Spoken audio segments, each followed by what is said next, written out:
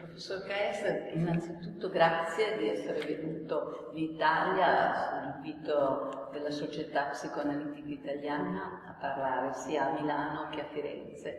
E l'occasione è stata la pubblicazione di questo suo ultimo libro, Le Mal-être, il malessere, e ci dà l'opportunità di approfondire alcune questioni.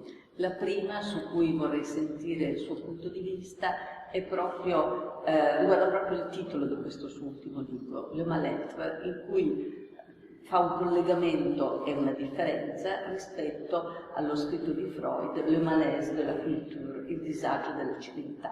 Ci può precisare che cosa intende in questa differenza tra le mal-être et le malaise? Et effectivement, il y a non seulement une différence dans le titre, mais aussi dans le propos. Dans le titre, lorsque Freud parle de ce que l'on a traduit en français par le malaise, et qui en allemand signifie aussi la gêne, il emploie, me semble-t-il, un terme qui est relativement faible pour décrire ce qu'il décrit. Et ce qu'il décrit est une réflexion qu'il a engagée depuis longtemps sur les relations, éventuellement les effets de causalité entre les troubles psychiques et la vie sociale, culturelle. Par exemple, dès 1908, il énonce un certain nombre de propositions sur la morale sexuelle de notre culture et les troubles névrotiques contemporains, de la société contemporaine. Et son argument va se développer pendant tout un temps qui va passer par la période de la guerre, de ses souffrances personnelles, de ses deuils personnels, et qui va aboutir également à l'introduction, avec le tournant de 1920-21, à l'introduction de la pulsion de mort. Et Freud s'attache donc à comprendre, sous l'effet également des transformations sociales et économiques de la crise de 29 et de la montée du nazisme, du totalitarisme, Freud s'efforce de comprendre comment la culture a un effet pour se constituer, doit réprimer ce qui, des pulsions, est contraire à la vie collective et ce qui, dans la réalisation directe des buts pulsionnels, notamment des buts destructeurs, met en place une société arbitraire, une société de violence. Et son travail se centre donc, pour l'essentiel, sur la vie pulsionnelle, sa répression, mais aussi sur la nécessité d'inventer des voies d'élaboration, de dérivation, de sublimation dans le travail de la culture, un travail qu'il définit comme interminable parce que la pulsion est là et produit ses effets, et notamment ses effets de violence si elle n'est pas suffisamment, si elle ne fait pas l'objet d'un accord ou d'un pacte de renoncement à la réalisation directe des buts pulsionnels, notamment des buts pulsionnels destructeurs. Je pense qu'entre 1929, où Freud met en place cette problématique, et qui demeure une problématique très forte dans la pensée psychanalytique, et que nous devons conserver, il s'est produit un certain nombre de changements, non seulement dans la pratique de la psychanalyse, mais aussi dans sa théorisation, et qu'il s'est produit également des grands changements dans le champ social, culturel, économique, politique. Nous ne sommes plus dans une période où nous pouvons ignorer la Shoah, nous pouvons ignorer le nucléaire, la globalisation, les changements liés à la migration, aux changements de références culturelles, à les conséquences de toute une série de facteurs qui ont transformé non seulement la psychanalyse, mais aussi le champ dans lequel nous pouvons penser, à mon avis, non plus le mal-être, le malaise, pardon, mais plutôt le mal-être, c'est-à-dire une souffrance et en deçà de cette souffrance, un ensemble de facteurs qui mettent en question la capacité pour le sujet humain y compris pour le sujet particulier auquel s'intéresse la psychanalyse, le sujet de l'inconscient, d'accomplir sa fin, de se subjectiver tout en étant membre d'un ensemble dont, dit Freud, il est à la fois le maillon, l'héritier, le serviteur et le bénéficiaire. Et c'est pourquoi j'ai parlé de mal-être. Nous sommes dans une situation où la capacité d'être, donc, est violemment mise en question. Et d'un autre côté, nous avons appris, en développant les modalités de travail de la psychanalyse, avec par exemple la mise en œuvre de dispositifs psychanalytiques de groupe, travail en situation de groupe avec des analystes, comme garant de la règle fondamentale et des capacités de faire émerger du sens dans les relations interpersonnelles, de la même manière qu'avec les thérapies psychanalytiques familiales, les thérapies de couple, nous avons été confrontés à d'autres conceptions du fonctionnement de la subjectivité et de ses impasses et de ses difficultés. Et donc, la perspective de Freud doit être complétée, revue, remaniée, repensée à la lumière de ses acquisitions. Et c'est sur ces acquisitions, qui concernent notamment l'inscription du sujet dans l'intersubjectivité, et qui concernent également le fait que la réalité psychique n'est pas seulement une réalité interne, mais une réalité commune et partagée dans les ensembles, comme les groupes, les familles, les couples, que j'ai essayé de faire quelques propositions sur la consistance de ce mal-être dans la société moderne, tout en pensant que les mêmes configurations ne sont pas les mêmes selon les cultures, selon les moments de l'histoire, et que peut-être les problèmes que vivent les sociétés en émergence, en développement, ne sont pas tout à fait identiques a celles che nous vivons dans le sociétés occidentali. Ma proprio la sua teoria dell'indebolimento di quelli che lei chiama i gradi metapsichici e metasociali non può produrre uno scoraggiamento e un sentimento di impotenza per affrontare queste questioni. Cosa può fare la psicoanalisi? Oui, c'est vraiment une question. Que peut faire la psychanalyse, pour reprendre la question à un autre niveau, que peut faire la psychanalyse lorsque Freud fait l'hypothèse de la pulsion de mort? Si la pulsion de mort est destruction, si elle est répétition, si elle tend vers l'abolition de toute tension, alors qu'est-ce que comment la cure analytique intègre cette question? Et le débat reste encore ouvert, puisque tous les psychanalystes ne partagent pas cette théorie de la pulsion de mort. Donc c'est une question la question que tu poses est une question qui se pose chaque fois que la conception même du fonctionnement de l'inconscient, ici de la pulsionalité, de l'économie de la pulsion, se transforme. Et ça a été le cas déjà aussi avec la sexualité infantile. Qu'est-ce qu'on peut faire avec la sexualité infantile? Nous avons maintenant le recul de l'histoire qui fait que nous avons plus ou moins utilisé ces notions, peut-être en les transformant, peut-être en les aménageant. Mais chaque fois qu'une proposition nouvelle est apparue, chaque fois qu'une extension du champ de la pratique psychanalytique a appelé nécessairement une transformation de la théorie, il y a eu ce type de questions, y compris avec des mouvements de réticence ou de résistance. Alors ce qui est introduit ici, c'est la proposition que la psyché du sujet, l'espace de réalité psychique singulier, inconscient, ne peut pas seulement se comprendre comme un espace clos, auto-généré, même si ces processus d'auto-fabrication, d'auto-genèse sont tout à fait pertinents à reconnaître.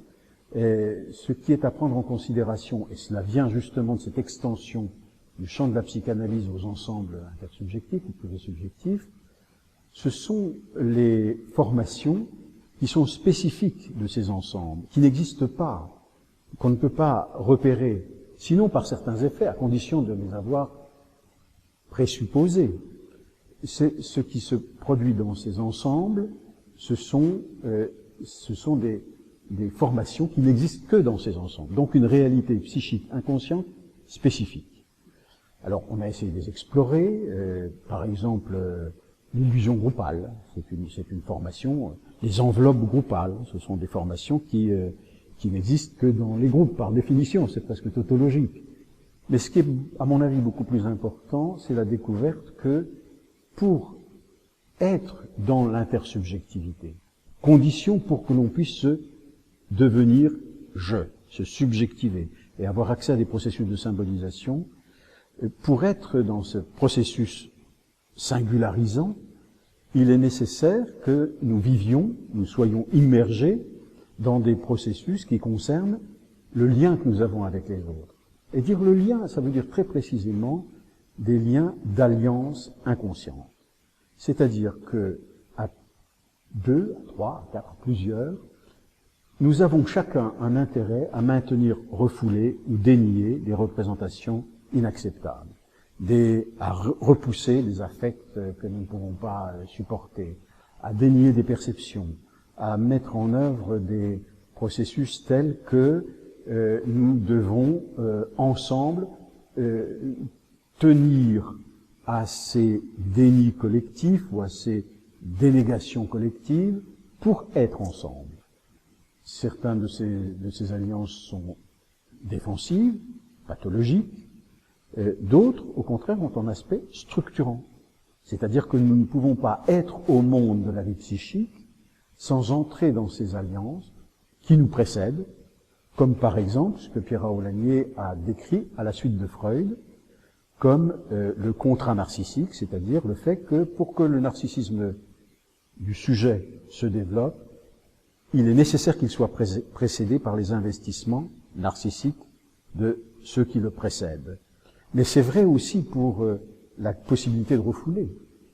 Si ce qui nous précède, l'environnement premier de l'enfant, n'accomplit pas une fonction de refoulement, qui concerne la mère, le père, l'ensemble, auprès de l'enfant, l'enfant va être confronté à des modes de défense extrêmement primitifs qui feront que, par exemple, plus tard, ça a été montré par une de mes collègues françaises, une adolescente va délirer ce que les parents n'ont pas pu, que la mère, par exemple, n'a pas pu refouler. Donc c'est ça qui est nouveau. Et ce que l'on en tire comme conséquence, parmi d'autres, c'est que ces alliances structurantes forment l'arrière-fond, ou le au-delà qui englobe, avec le préfixe méta, qui inclut donc et gouverne d'une certaine manière comme un cadre l'organisation de la vie psychique personnelle. C'est-à-dire que nous avons affaire non pas à des emboîtements de niveaux de réalité psychique, mais à des articulations entre ces différents espaces psychiques qui ont chacun leur spécificité e leur logique propre. E da questo punto di vista la sua teoria quindi dell'apparato psichico gruppale con questi 3 spazi di realtà psichica richiede un grosso lavoro di articolazione a diversi livelli. In che modo lei può ipotizzare che ciò possa avvenire nella cura psicoanalitica classica e ritiene che la cura in gruppo sia uno strumento particolarmente efficace e utile da intraprendere? J'étais conduit à essayer de me représenter, à travers un modèle, comment rendre intelligible ce que j'avais découvert, c'est-à-dire le fait que dans les groupes, nous sommes confrontés, nous et les analystes qui travaillent dans les groupes, non pas à un seul espace psychique, mais à au moins 3 espaces psychiques. Celui du sujet dans le groupe, en relation avec le groupe, celui des sujets entre eux, de leur lien intersubjectif, et celui de l'ensemble spécifique que forme le groupe. Cet ensemble spécifique que forme le groupe, il a été décrit comme une totalité, donc comme un seul espace psychique pendant longtemps. Ça a été le premier travail de Bion, ou de Fuchs, ou ou de Pichon-Rivière, d'Anzieux, et moi-même j'ai contribué à essayer de comprendre, parce qu'il fallait comprendre quelle est la consistance de la matière psychique qui fonctionne dans les groupes en tant que espace spécifique. Et puis, j'ai été amené à considérer que nous ne pouvions pas nous en tenir seulement à cet espace, que dans un groupe, les sujets existent sur un certain mode, qu'ils établissent entre eux des liens, que ces espaces communiquent les uns avec les autres. Non seulement ils communiquent, et ça c'est un premier modèle en quelque sorte qu'on pourrait appeler un modèle des fluides. Et chacun de ces espaces se développe là où il y a une possibilité d'extension, un peu comme les gaz investissent des espaces différents pour se répandre, pour constituer ces espaces. Ça veut dire que qu'est-ce que la famille offre comme espace pour que se puisse constituer une réalité psychique telle que, sur ces bases-là, la psyché du sujet va pouvoir se constituer. Ça, c'est un premier modèle qui demande non pas une compréhension en termes d'emboîtement, mais plutôt en termes de circulation, c'est-à-dire ce qui se met en place dans l'espace du groupe, quelle relation ça établit avec l'espace interne. Comment, par exemple, des questions qui ne sont pas résolues, traitées dans la réalité psychique du groupe, se déplacent dans l'espace psychique d'un sujet. Ou comment les espaces qui sont créés dans le lien sont, parce qu'ils ne peuvent pas être traités, sont déplacés du côté de l'espace du groupe.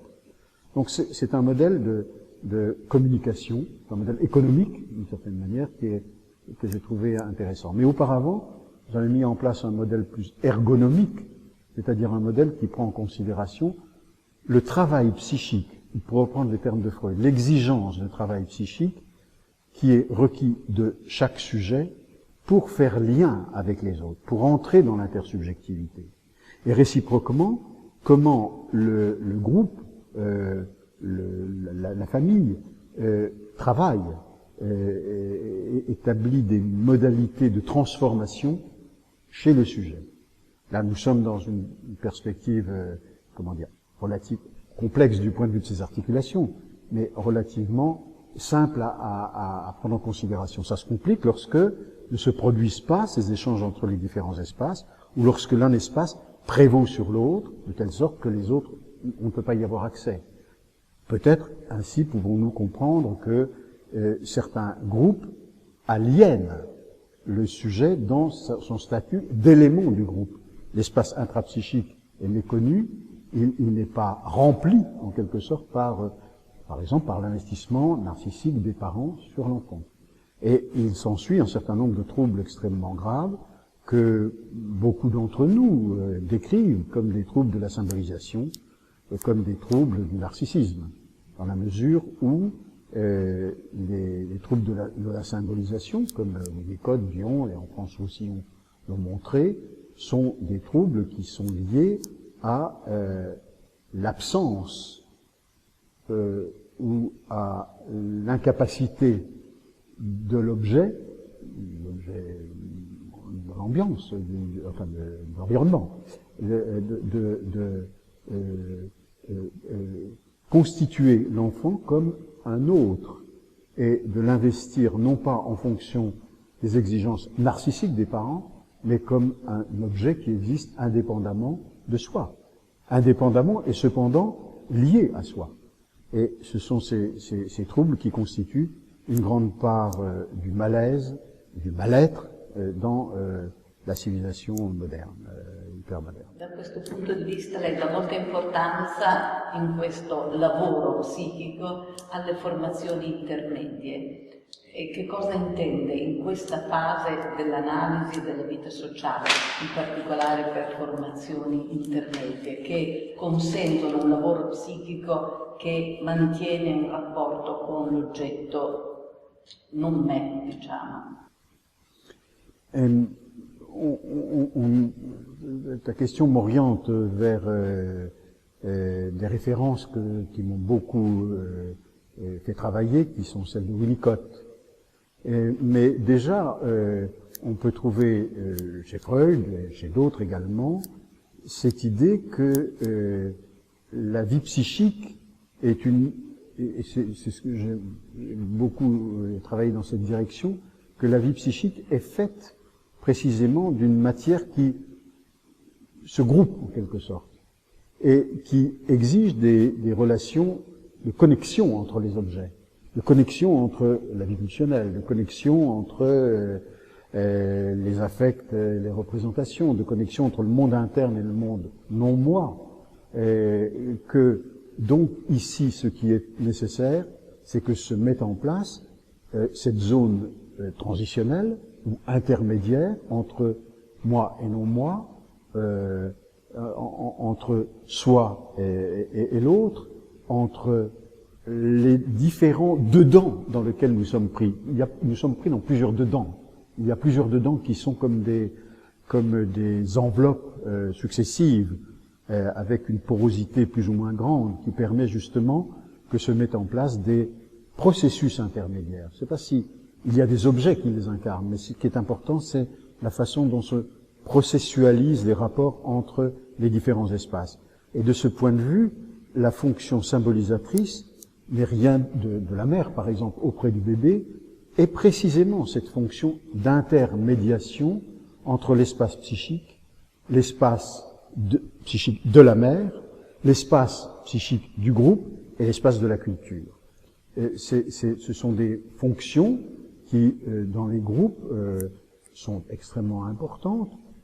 Elles ne sont pas seulement le résultat du travail de l'analyste, mais le travail de plusieurs membres du groupe qui se découvrent pouvoir accomplir cette fonction. J'ai appelé ces fonctions des fonctions phoriques, par exemple, dans la mesure où certaines d'entre elles vont dans le sens de traduire, de fournir des représentations, de mettre en place un pensoir, comme nous disions, un appareil à penser les pensées. Et d'autres de ces formations, de ces fonctions phoriques, sont plutôt des fonctions de délégation sur une personne, et de ce que l'on ne peut pas supporter, par exemple le bouc émissaire ou le porteur des représentations, mais aussi des actions de mort, ou les porteurs de l'idéal, ceux qui sont ainsi porteurs de symptômes. E possiamo pensare che proprio questo lavoro rappresenti quello che lei chiama la soggettivazione nell'intersoggettività, cioè qualcosa che corrisponde alla creazione del soggetto senza perdere il legame con gli altri, con l'altro. Tout à fait. Tout à fait. C'est une façon qui m'est apparue à un moment suffisamment expressive pour ne pas séparer justement le processus de subjectivation comme s'il était autogène, alors que tout ce qui va permettre au sujet de devenir je, c'est-à-dire comme dit Pierre Aulagnier, qui m'inspire beaucoup dans toute cette direction de travail, qui présuppose qu'il y ait un espace de symbolisation où le je puisse advenir. Qu'est-ce que ça veut dire? C'est ça la subjectivation, c'est l'accès que le sujet peut avoir à sa propre histoire et aux liens qui l'ont constitué, dont il se dégage pour devenir autonome, mais avec lesquels il ne peut pas rompre. Car la rupture, c'est aussi la souffrance et une grande souffrance de notre époque. Da questo punto di vista, come ultima domanda, ritorno alla prima cosa che ha detto, cioè che rispetto al disagio della civiltà di Freud, Le Malettre deve affrontare la teorizzazione anche di grandi tragedie collettive che sono accadute nello secolo scorso. E quindi le vorrei chiedere, per quanto riguarda i traumi collettivi, che cosa può fare il processo di soggettivazione? La categoria dell'inumano può essere anche una categoria che viene inclusa in questo? Che cosa pensa? Sur la catégorie de l'inhumain, c'est une catégorie que je trouve excluant de l'expérience humaine la violence destructrice, tout ce que peut assumer le concept de mal. C'est-à-dire, je reprends ici les travaux de Nathalie Salzman, auxquels dont j'ai beaucoup reçu. La notion que le mal, c'est ce qui exclut l'autre de l'humanité. Alors, ce sont des pratiques qui existent, évidemment, la Shoah en est le paradigme, mais le paradigme d'autres expériences de ce type, les génocides, les actions terroristes, les fondamentalismes religieux ou politiques ou raciaux, etc.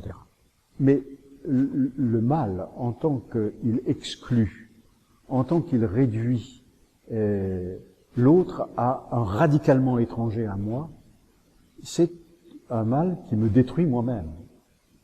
Et il est important d'intégrer dans la catégorie de l'humanité la capacité d'être, entre guillemets, inhumain. Mais qu'est-ce que ça veut dire, là, être inhumain? Ça veut dire précisément rejeter une partie de l'humanité avec laquelle on ne peut pas s'identifier. Racamier a développé en France cette idée que quelqu'un, un nouveau-né, mais aussi d'autres après être revenus au monde, pour pouvoir croître psychiquement, doit trouver nécessairement quelqu'un qui le reconnaît comme étant fait, c'est l'expression de Racamier, de la même pâte, de la même matière que moi, que nous. Là-dessus, le narcissisme des petites différences commence à faire des clivages, des exclusions. Mais si je ne suis pas reconnu par un autre pour ce que je suis, mais aussi dans ce qui est incomplet en moi, parce que l'autre peut reconnaître sa propre incomplétude, si je ne suis pas reconnu, si la mère ne reconnaît pas l'enfant, et si l'enfant ne reconnaît pas dans le visage de la mère le miroir qui lui est tendu de sa propre expérience d'une forme humaine, alors il y a quelque chose là qui ne peut pas être inclus dans l'humanité. Et au fond, il y a par rapport, par exemple, aux maladies mentales, deux grandes façons de les traiter dans l'humanité. L'une qui rejette, qui exclut, qui crée des espaces de réclusion à la périphérie des villes, c'est comme ça Foucault a bien démontré cela, et puis une autre qui accepte que la folie, que la maladie fasse partie de l'expérience humaine, ici et maintenant, dans ce groupe, dans cette société. Et je pense qu'en Italie, vous avez réalisé, avec beaucoup de difficultés, avec la loi 80, quelque chose qui ressemble à ça. C'est-à-dire, ici nous sommes dans une maison qui accueillait, dans la ville, des malades, des vieillards, des pestiférés, ils n'étaient pas repoussés à l'extérieur comme étant hors de l'humanité. Et l'hôpital psychiatrique a servi de lieu de discrimination. Et aujourd'hui, il y a des hôpitaux psychiatriques invisibles, qui sont ceux que nous fabriquons avec les immigrés, avec les marginaux, avec tout ce qui exclut les minorités sexuelles, générationnelles, culturelles. Et c'est une question extrêmement importante parce que les collègues qui, en tant qu'analystes, travaillent dans les consultations des personnes qui vivent des flux migratoires extrêmement forts et dans des conditions extrêmement difficiles, rencontrent des souffrances qui sont liées à cette non-reconnaissance de l'humain dans l'humain. Et donc là, c'est une des pathologies, une des grandes souffrances du mal-être contemporain. Et on voit ici qu'on n'est pas seulement dans un malaise ou dans une gêne, mais dans quelque chose de beaucoup plus radical. Je veux dire que nous sommes pas seulement dans une crise liée à ces transformations qu'on n'a pas le temps d'évoquer, mais que chacun a en tête. Nous sommes dans une période peut-être de mutation anthropologique, dans la mesure aussi où les techniques, les biotechnologies, dans la mesure aussi où toutes par exemple les manipulations génétiques posent quand même la question de savoir quelles sont les limites entre l'humain et la machine ou entre l'humain et l'animal. C'est des questions qu'on ne se posait pas il y a quelques années. Ils se posaient sur le mode spéculatif. Aujourd'hui, il y a des réalisations de ce type. Va bene, la ringrazio molto, professor Paes, anche per quest'ultimo punto che ha illustrato, che ci impegna in un lavoro psichico a continuare a acquisire e includere l'umano nelle nostre menti e nelle nostre case, nei nostri studi, e l'aspettiamo in Italia ancora. Grazie.